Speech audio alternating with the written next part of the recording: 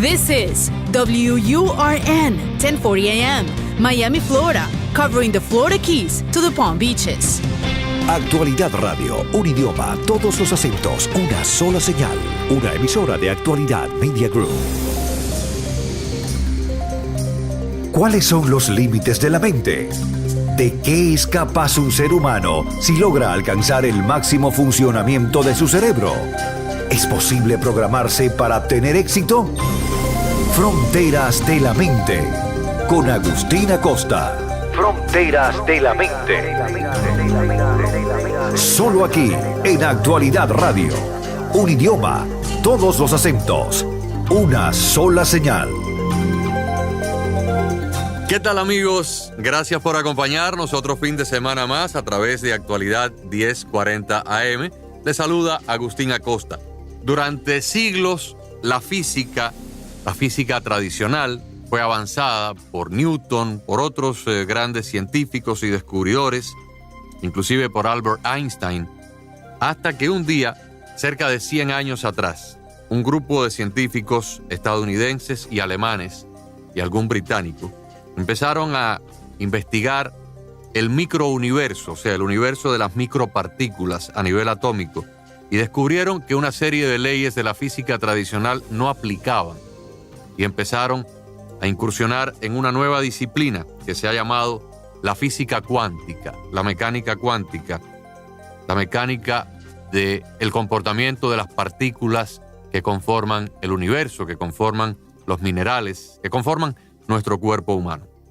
Durante décadas, los poderes de la mente han sido cuestiones asociadas al mundo esotérico. Algunos hasta llegaron a decir que se trataba de cosas de locos. La mayor parte de la gente desconoce, sin embargo, que la mecánica cuántica, es decir, el modelo teórico y práctico dominante hoy en día en el ámbito de la ciencia, ha demostrado la interrelación entre nuestro pensamiento y la realidad. Entre otras cosas, la física cuántica ha demostrado que cuando creemos que podemos, en realidad es que podemos. Sorprendentes experimentos en los laboratorios más adelantados del mundo corroboran esta creencia. El estudio sobre el cerebro ha avanzado mucho en las últimas décadas mediante las tomografías, que son estudios de imágenes del interior del cuerpo humano. Conectando electrodos a este órgano o mirándolo a través de imágenes de ultrasonido, se determina dónde se produce cada una de las actividades de las regiones del cerebro. La fórmula es bien sencilla. Se mide la actividad eléctrica mientras se produce una actividad mental, ya sea racional, emocional, espiritual o sentimental, y así se sabe a qué área corresponde esa facultad. Estos experimentos en neurología han comprobado algo aparentemente descabellado. Cuando vemos un determinado objeto, ocurre una determinada actividad en ciertas partes de nuestro cerebro. Pero cuando se exhorta al sujeto, o sea, al paciente, a que cierre los ojos y lo imagine como si lo estuviera viendo realmente, la actividad cerebral es idéntica. Entonces, si el cerebro refleja la misma actividad cuando ve algo de verdad que cuando siente o simplemente se lo imagina, llega la gran pregunta: ¿cuál es nuestra realidad? La solución es que el cerebro no hace diferencias entre lo que ve y lo que imagina, porque las mismas redes neuronales están implicadas. Según ha dicho el doctor Joe Dispenza en su libro ¿Y tú qué sabes?, para el cerebro es tan real lo que ve como lo que se imagina, lo que ve como lo que siente. En otras palabras, fabricamos nuestra realidad desde la forma en que procesamos nuestras experiencias, es decir, mediante nuestras emociones, independientemente de si el estímulo es real o imaginario.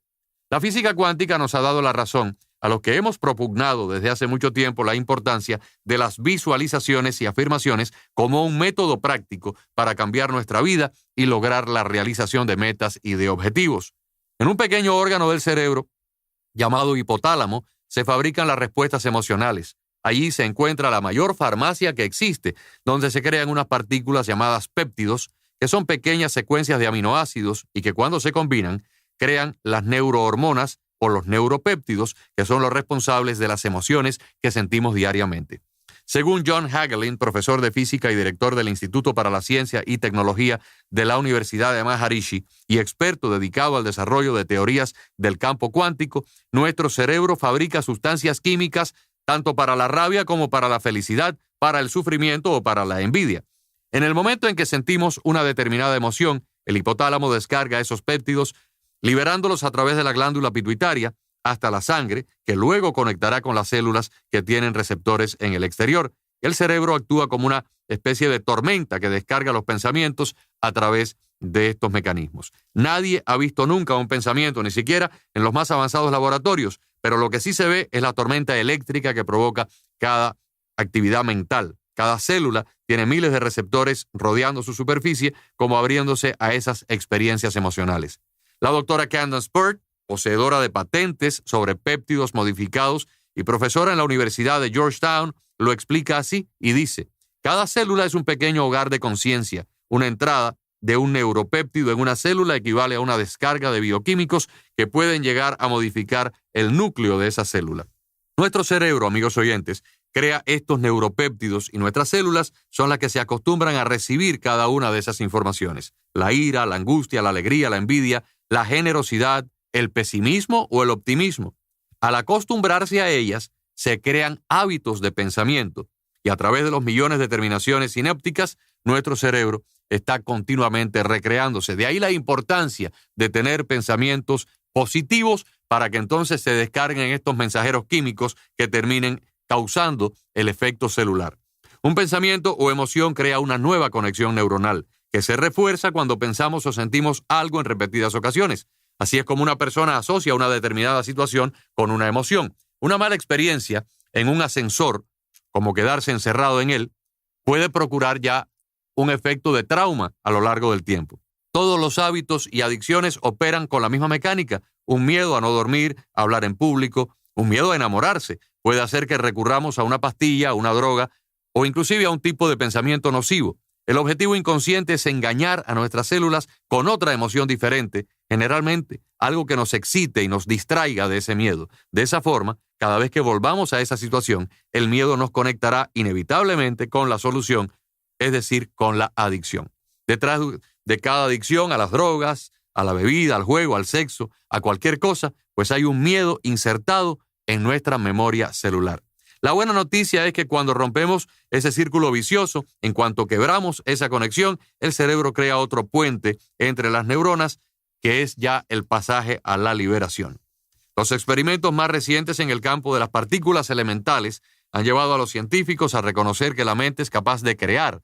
En palabras de Amit Goswami, que es profesor de física de la Universidad de Oregón, el comportamiento de las micropartículas cambia dependiendo de lo que hace el observador. Cuando el observador la mira, la micropartícula cuántica se comporta como una onda.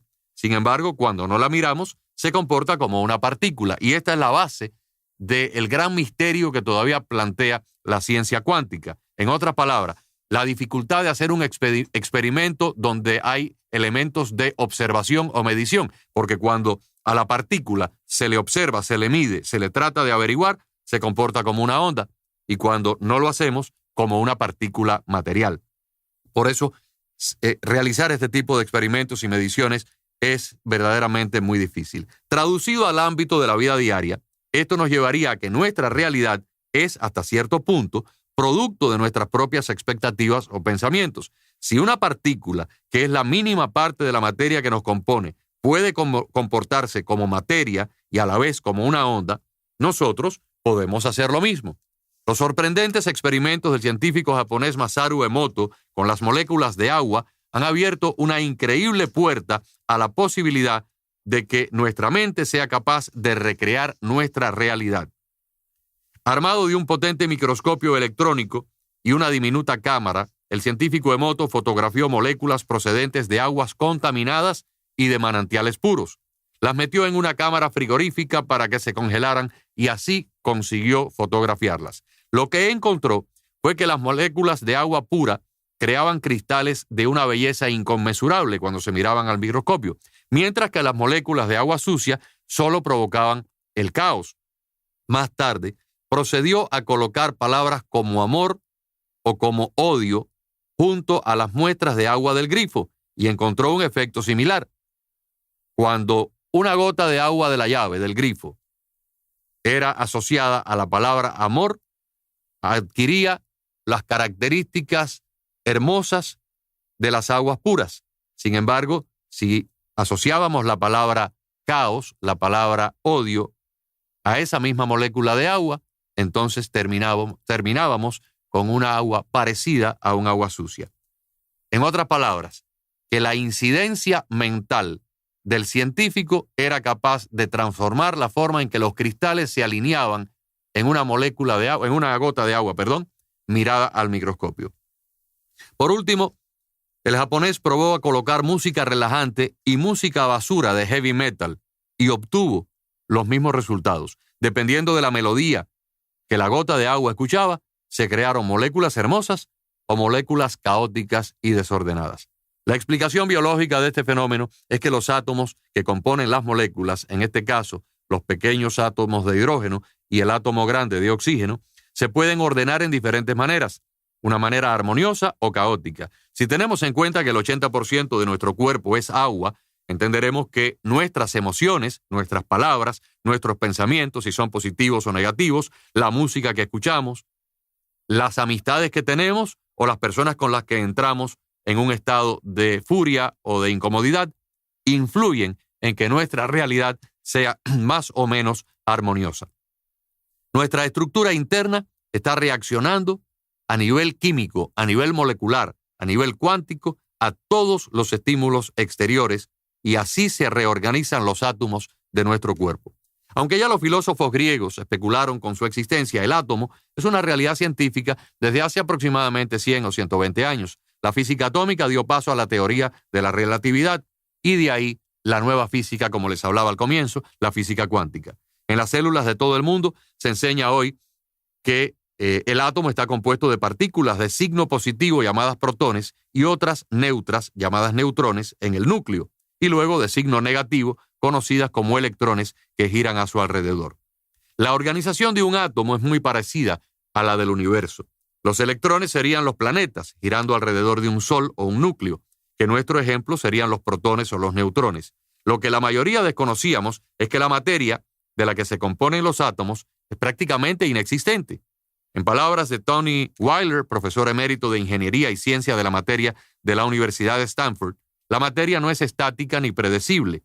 Dentro de los átomos y de las moléculas, las partículas ocupan un lugar insignificante. El resto, el espacio entre ellas, es simplemente un espacio vacío. ¿Es o no es un espacio vacío? Bueno, hoy en día, la física, inclusive cuántica, piensa de que es un espacio vacío. Sin embargo, a medida que científicos han ido penetrando en esa área donde se han ido dando la mano, la física y la metafísica, descubrimos que es precisamente ahí, en ese espacio vacío, que no es un espacio que está completamente vacío, sino es un espacio que parece estar vacío, pero que pudiera estar lleno de la energía divina del universo. Volviendo al tema de la física cuántica, todo parece indicar que el átomo no es una realidad determinada, sino mucho más maleable de lo que se ha estado pensando. Heisenberg, el descubridor de la mecánica cuántica, fue muy claro al respecto cuando dijo que los átomos no son cosas, sino más bien tendencias. Así que en lugar de pensar en átomos como algo material, definitivo, debemos pensar en posibilidades, pero también en posibilidades de conciencia.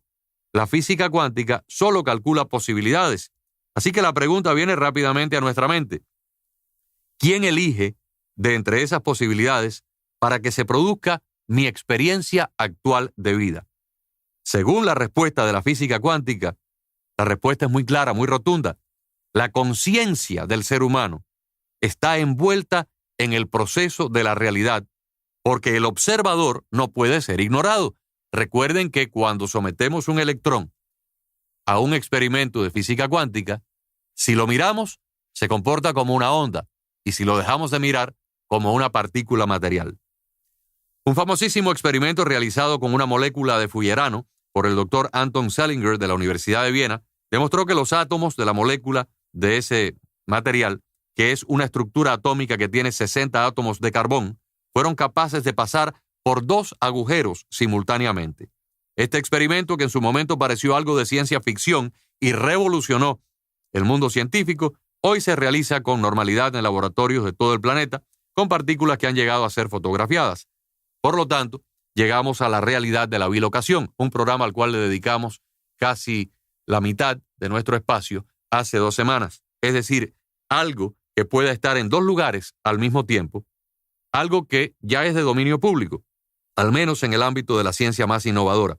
Jeffrey Santinover, expresidente de la Fundación Carl Jung de la Universidad de Harvard y autor de varios libros, ha dicho lo siguiente: ahora mismo puedes ver en nuestros laboratorios de Estados Unidos objetos suficientemente grandes para el ojo humano que están en 2 lugares al mismo tiempo, e incluso se les puede fotografiar.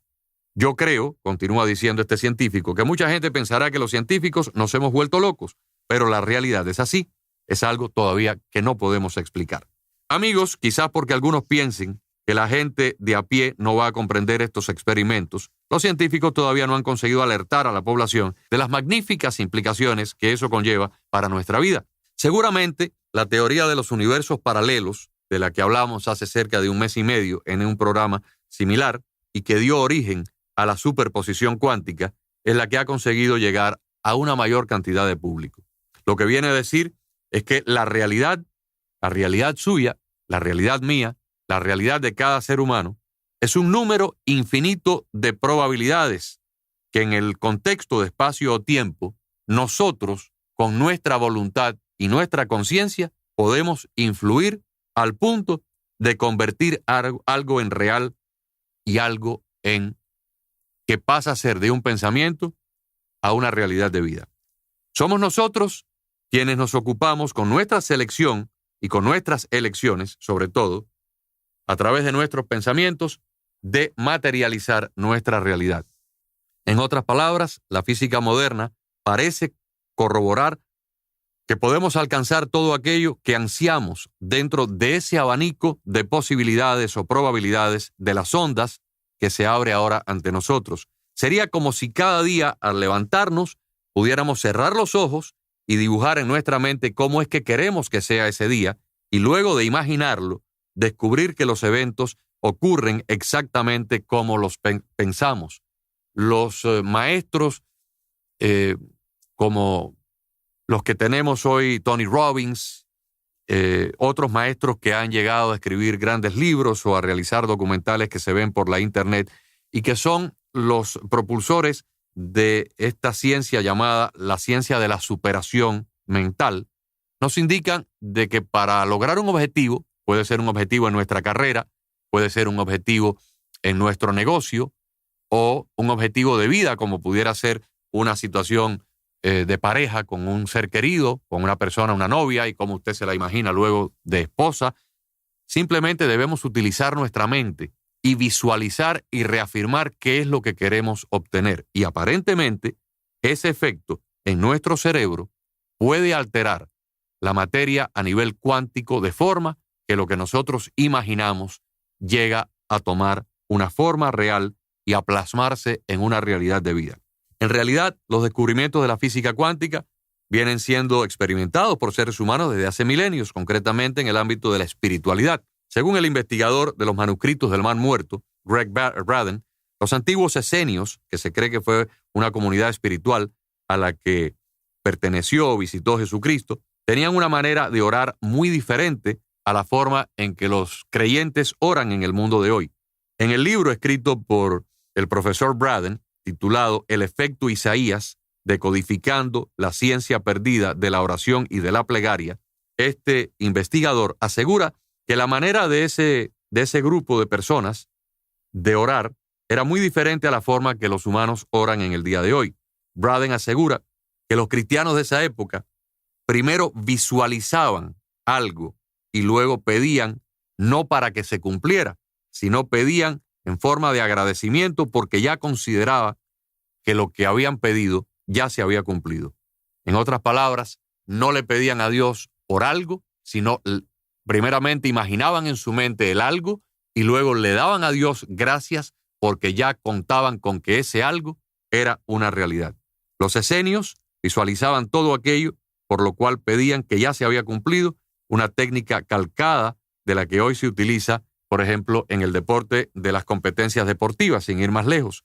Seguramente ustedes han visto en alguna olimpiada o en alguna competencia internacional de atletismo cómo los saltadores de altura o los que hacen el salto con garrocha realizan primero ejercicios de simulación del salto y luego en la mente se ven pasando por encima del límite que quieren conseguir. Estos ejercicios de afirmación se convierten en un vehículo para obtener diferentes logros. La palabra, por ejemplo, sería un paso más adelante en la creación de la realidad, por lo que tenemos que tener cuidado con aquellos que decimos, pues de alguna manera nuestra palabra puede atraer esa realidad a nuestra vida. En las últimas décadas, los experimentos en el campo de la neurología han ido encaminados a encontrar dónde es que reside verdaderamente la conciencia. Fred Alan Wolf, doctor en física de la Universidad UCLA de California, filósofo, conferencista y escritor, explicó esto de la siguiente forma, y cito textualmente: los científicos han tratado de encontrar al observador, de encontrar la respuesta de quién está al mando del cerebro, y han llegado a cada uno de los rincones o escondrijos del cerebro, pero no han encontrado a nadie. No han encontrado a nadie dentro de ese cerebro, en las regiones corticales, ni tampoco han dado con el observador. En las palabras de este científico, las puertas para la existencia del alma están abiertas de par en par. Sabemos lo que el observador hace, pero no sabemos quién o qué cosa es el observador. A cada segundo, en una vida, como la moderna vida que hoy llevamos, llena de estímulos, nos bombardean a través de nuestros sentidos enormes cantidades de información. El cerebro solo procesa una mínima cantidad, unos 400,000 millones de bits por segundo. Los estudios científicos han demostrado que somos conscientes de solamente unos 2,000 de esos bits referidos al medio ambiente, al tiempo, a nuestro entorno y también a nuestro cuerpo. Así pues, lo que consideramos nuestra realidad, es decir, aquello que vivimos, es solo una mínima parte de las múltiples realidades que están ocurriendo a nuestro alrededor. ¿Y cómo se filtra toda esta información? Se preguntaría usted. Pues a través de nuestras creencias. El modelo de lo que creemos acerca del mundo se construye desde lo que sentimos en nuestro interior o de lo que pensamos en nuestra mente. Cada información que recibimos del exterior se procesa desde nuestras experiencias previas, las que ya hemos tenido, y nuestra respuesta emocional procede de estas memorias archivadas. Por eso los malos recuerdos nos impulsan a caer en los mismos errores. Si una persona tiene poca autoestima y piensa que para algo él no es capaz, nunca lo será.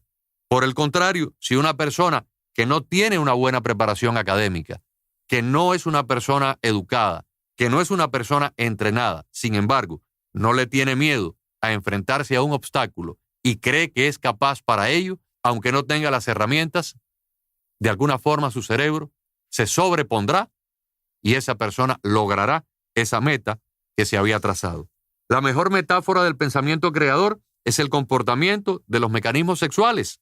Una sola fantasía sexual a nivel de la mente, es decir, un pensamiento puramente erótico, es capaz de producir una serie de funciones fisiológicas y hormonales tanto en el hombre como en la mujer. Una sola imagen en la mente es capaz de desencadenar la entrada en acción de toda una variedad de glándulas endocrinas, de hormonas, que luego participan en la función sexual. Y aunque solo sea el mero producto de una fantasía o la imaginación, se produce un torbellino hormonal que desemboca en un hecho físico palpable. El pensamiento asociado al erotismo se convierte en hechos físicos, demostrando la capacidad del pensamiento para crear situaciones placenteras. Los más firmes defensores del poder de la visualización llegan entonces a proponer que se puede obtener a través de ella, de la visualización, casi todo lo que deseamos. Por lo tanto, el uso de los pensamientos no solo, amigos oyentes, serviría para modular nuestra realidad o hasta llegar a materializar una nueva realidad de vida si no estamos conformes con la que tenemos, pero también serviría para alterar las funciones de nuestro organismo y hasta llegar a reparar aquellos tejidos dañados por las enfermedades. En otras palabras, la física cuántica parece abrirnos el camino también hacia la sanación. Y les comento ahora de un experimento que se ha hecho recientemente en una importante universidad americana. Se tomó a un grupo de 100 personas. Se les dividió en 3 grupos, 33, 33 y 34. Prácticamente todos eran jóvenes universitarios de la misma edad. Fueron llevados a un gimnasio. El primer grupo se les enseñó a hacer ejercicios con pesas y estuvieron realizando ejercicios con pesas durante 90 días. Al segundo grupo se les enseñó a hacer los mismos ejercicios con pesa, estuvieron haciendo los ejercicios por 2 días y luego se les mandó para la casa para que continuaran haciendo los ejercicios en su casa, pero solo con la imaginación. En otras palabras, sin tocar ninguna pesa. sentados en un sofá, cerrando los ojos e imaginando que estaban levantando pesas de 50 libras, de 70 libras, de 80 libras en forma de repeticiones. Y el tercer grupo no se le hizo nada. Al cabo de 90 días, el tercer grupo, el que no hizo nada, tenía su organismo idéntico a como cuando comenzó el estudio. O sea, no habían tenido ninguna modificación en su estructura muscular. Pero la sorpresa fue que el grupo que solamente hizo los ejercicios mentales que fueron enseñados había logrado un desarrollo muscular del 80% de la masa que adquirieron aquellos que sí pasaron los 90 días levantando las pesas de verdad. En otras palabras, el poder de la mente llegó a modificar la estructura muscular de aquellos estudiantes. Estos descubrimientos están abriendo las puertas a una nueva terapia de curación, a un nuevo desarrollo físico, pero también energético. Durante la segunda mitad del siglo XX, varios científicos estudiaron el patrón energético de los seres humanos y se descubrió por entonces que las moléculas vibran al unísono y se comportan como una sola supermolécula, estableciendo un patrón energético coherente y único. Así se pudo detectar una emisión lumínica por parte de los átomos similar a la de un rayo láser. La misma fue conocida con el nombre de mediación mitogénica y constituye la clave para asegurar que el ser humano es un complejo cuántico que posee la capacidad de conexión e interacción, no solamente con su propio cuerpo, sino con el universo, y que su equilibrio, su bienestar y su salud dependen de esa conexión. Hoy en día esto lo podemos entender un poco por la existencia de la Internet. Si usted se conecta a través de un Wi-Fi que tiene poca amplitud de banda o que tiene una interferencia, su interconexión con ese mundo de la Internet es pobre. El mundo de la Internet sería la conciencia universal. Para favorecer esta coherencia, se podrían entonces interactuar con estos campos sutiles de energía mediante terapias de luz, mediante escalas cromáticas, frecuencias de sonido, cosas que pudieran ayudar a restablecer la comunicación de la matriz genética nuestra con las energías universales. Por lo menos hacia ahí se dirige la física cuántica en lo que tiene que ver con la conciencia humana. Sin que esto suene demasiado complicado, podríamos simplemente poner en práctica sesiones de meditación, sesiones de concentración, sesiones donde cerramos los ojos e imaginamos algo que deseamos alcanzar. Con el poder de la visualización o la reafirmación verbal de algo, pudiéramos tal vez ordenar un nuevo equilibrio de desórdenes energéticos, sanar una enfermedad o adquirir simplemente un nuevo estado de felicidad en nuestra vida. Podemos resumir nuestro programa de hoy con una simple aseveración. No somos una reacción química, somos una descarga energética. Los seres humanos y todos los seres vivos somos una configuración de energías dentro de un campo conectado con las demás energías universales. La información respecto a los aspectos de la vida, desde la comunicación a nivel celular, con la conciencia humana, con los controles del ADN, con el intercambio de información a nivel cuántico que a diario ocurre a nuestro alrededor, incluso nos reitera que nuestra mente opera siguiendo esos procesos cuánticos energéticos de los que apenas ahora la ciencia comienza un poco a entender. La percepción humana se produce por interacciones entre las partículas subatómicas de nuestro cerebro y el mar de la energía cuántica que está a nuestro alrededor. Reconocer estas nuevas ideas exigiría borrar una gran parte de las creencias de la ciencia moderna y en cierto sentido volver a empezar desde cero con un nuevo entendimiento. Sin embargo, la vieja guardia, como la medicina convencional, la farmacología tradicional, no están dispuestas a soltar el control. Supondría una pérdida de ingresos multimillonarios. Entonces, como estas nuevas ideas no encajan en esa visión del mundo y hasta de cierta forma la amenazan, son muchos los que se apresuran a desacreditar este asunto diciendo que tienen que estar equivocados. Sin embargo, ya es demasiado tarde. Los grandes centros de investigaciones de la física cuántica cada día nos ayudan a entender más, que esta revolución es imparable y quizás en un futuro no muy lejano nos puedan abrir la puerta para entender dónde comienza Dios y dónde termina la vida humana.